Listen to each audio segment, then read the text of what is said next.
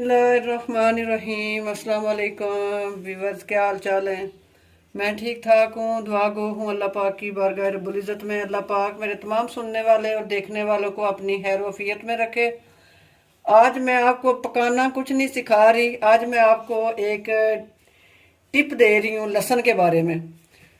लहसुन की जो काश्त है वो ये 10वें महीने के एंड ऑफ शुरू हो जाती है और ये उगना शुरू हो जाता है।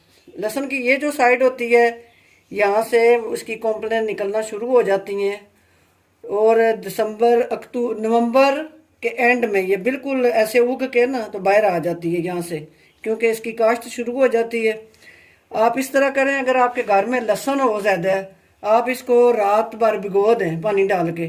भिगो के लहसुन को आप छिल के, जिस तरह ये मैंने डब्बों में पैक किया हुआ है पिछले साल से, पूरा सीज़न में पूरा साल जो है मैं इसको इस्तेमाल करती हूँ।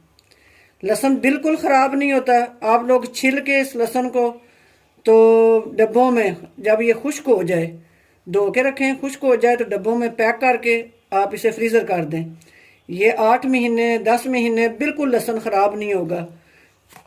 ठीक है, ये मैंने रात को भिगो दिया था लहसुन, ये भिगा हुआ है सारा।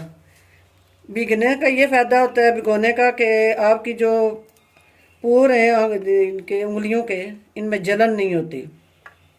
मैं इसी तरह डब्बे सारे पैक करके रख देती हूँ। फिर मैं सारा सीज़न जो है, अब वैसे ताज़ा हम छिल लेते हैं, लेकिन जब ये 3-4 माह होते हैं ना लहसुन के, जब ये लगता है तो काश्त होती है, तो फिर हम ये इस्तेमाल करते हैं डब्बों वाला। आप भी बिल्कुल इसी तरह लहसुन ये छिलें।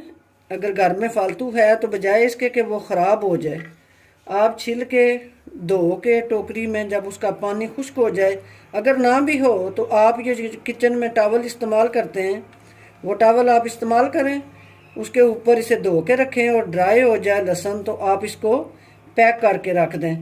मैं मिलती हूँ आपको लहसुन छिलने के बाद। माशाल्लाह जी व्यूअर्स, ये लहसुन देखें सारा मैंने डब्बों में इसी तरह सेव कर लिया है माशाल्लाह।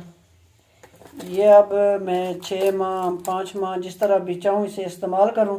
ये डब्बों में सब लहसुन पैक है और मैंने इसे धो के अच्छी तरह ड्राई करके डब्बों में बंद कर दिया है। और जब आपका दिल करे रात को भी खाना बनाएं, हांडी बनाएं, लहसुन की वजह से बड़ा मसला बनता है छिलने में ना, तो अगर छील के आपने रखा हुआ हो तो बड़ी आसानी हो जाती है। आप मुझे कमेंट्स में लिखें कि आपको ये मेरी टिप ट्रिक्स कैसी लगी।